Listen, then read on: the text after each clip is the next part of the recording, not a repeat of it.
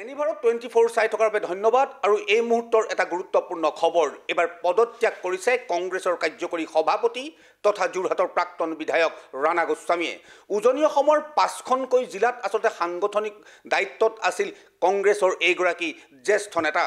উজনি অসমত কংগ্ৰেছৰ ভেটি সুদৃঢ় কৰাত আচলতে ৰাণা গোস্বামীৰ যি ভূমিকা আছিল, সেই ভূমিকা কিন্তু সকলোৱে অসমৰ ৰাজনৈতিক মহলত খবৰ ৰখা মানুহে জানে। আৰু ৰাণা গোস্বামীৰ শেহতীয়া পদত্যাগে আচলতে কিহৰ ইংগিত বহন কৰিছে? কাৰণ ইতিমধ্যে ৰাণা গোস্বামীয়ে প্ৰদেশ কংগ্ৰেছৰ সভাপতি ভূপেন বৰালৈ যি পদত্যাগ পত্ৰ প্ৰেৰণ কৰিছে, তাত এটা কথা স্পষ্টকৈ লিখিছে যে বিভিন্ন ৰাজনৈতিক কাৰণত উজনিৰ বিশ্বনাথ চাৰিআলি, ধেমাজি, উত্তৰ লখিমপুৰকে ধৰি বিভিন্ন 5খন জিলাত আচলতে তেওঁ যি দায়িত্বত আছিল, সেই দায়িত্বৰ পৰা তেওঁ পদত্যাগ কৰিছে।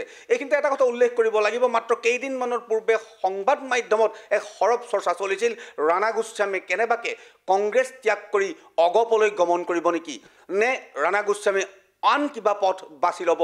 কাৰণ উজনি অসমত ৰাণা গোস্বামীৰ যি ৰাজনৈতিক ভেটি, ৰাজনৈতিক পৰিপক্কতা, সেই পৰিপক্কতাৰ পাছত কংগ্ৰেছৰ পৰা যদি ৰাণা গোস্বামীয়ে নিজৰ দায়িত্বসমূহৰ পৰা যদি অব্যাহতি লয়, তেনেহ'লে আগন্তুক লোকসভা নিৰ্বাচনত সঁচাকৈয়ে কংগ্ৰেছে বাৰু নিজৰ স্থিতি উজনিত সবল কৰি ৰাখিব পাৰিবনে? এয়া এক বৃহৎ প্ৰশ্ন উত্থাপিত হৈছে।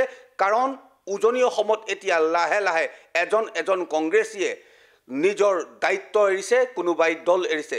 ৰাণা গোস্বামীৰ দায়িত্ব এৰাৰ নেতৃত্বত বা নেপথ্যত আছে নেকি আন কিবা ৰাজনৈতিক চিন্তা?